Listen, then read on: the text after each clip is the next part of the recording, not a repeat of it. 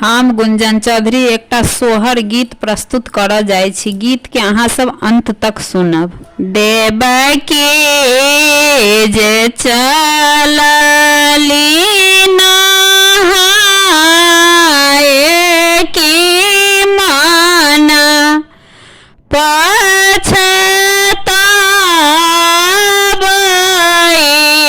रे ललना रे मारब जहरा बिखा खाए की घोड़ी नहीं आए बारे ललना रे मारब जहरा बिखा खाए के घोड़े नहीं आए बारे।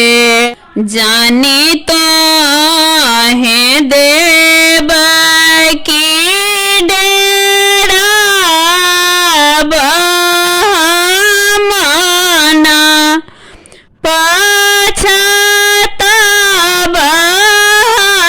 करे ललना रे जाना माला यादो कोलाना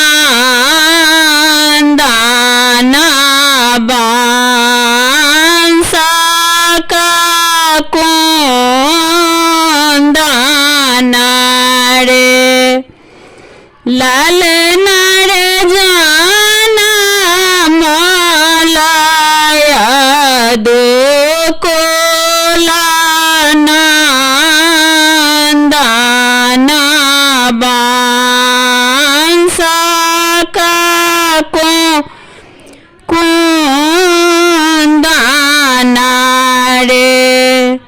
पहिला सपना देवकी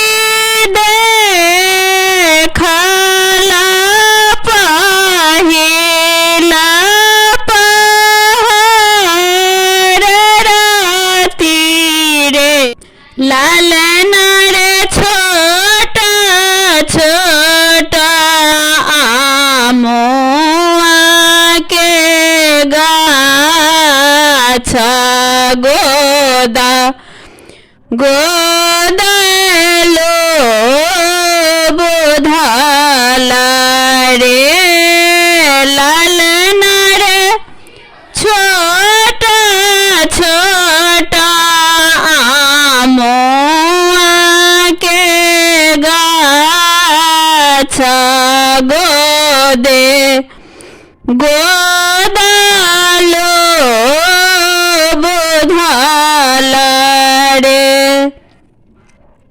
दोसरा सपना देवकी देखला दोसरा पहर राती रे ललना रे हरियारा बांसा का बीटा देहाड़ी बिचारो पालरे। दोसरा सपना देवकी देखला दोसरा पहर राती रे ललना रे हरियारा बांसा का बीटा देहाड़ी बिचारो पालरे।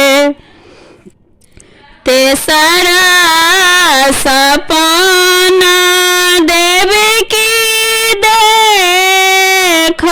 देखलते सारा पहाड़ राती रे लालना रे झीर झीर नदिया के पानी जाना में गेला रे लालना रे झीर झीर नदिया का पानी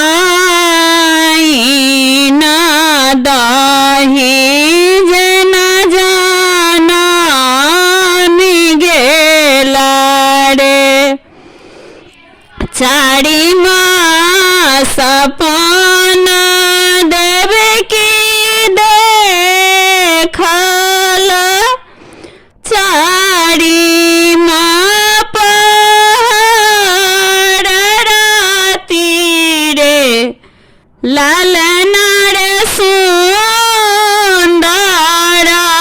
कमल का फूल कोड़ा भारी राखल रे लालना रे सुंदर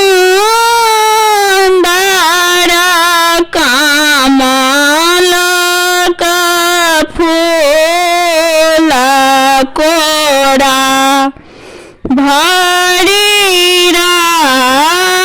राखल रे माथा मुकुट कान कुंडल गला बीच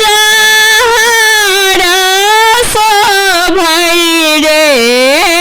लालना रे से देखी देवकी की माना पछताबै करे लालना रे से देखी देवकी की माना पछताबै करे जानी तो है देवकी डेरा बहामना पछताबै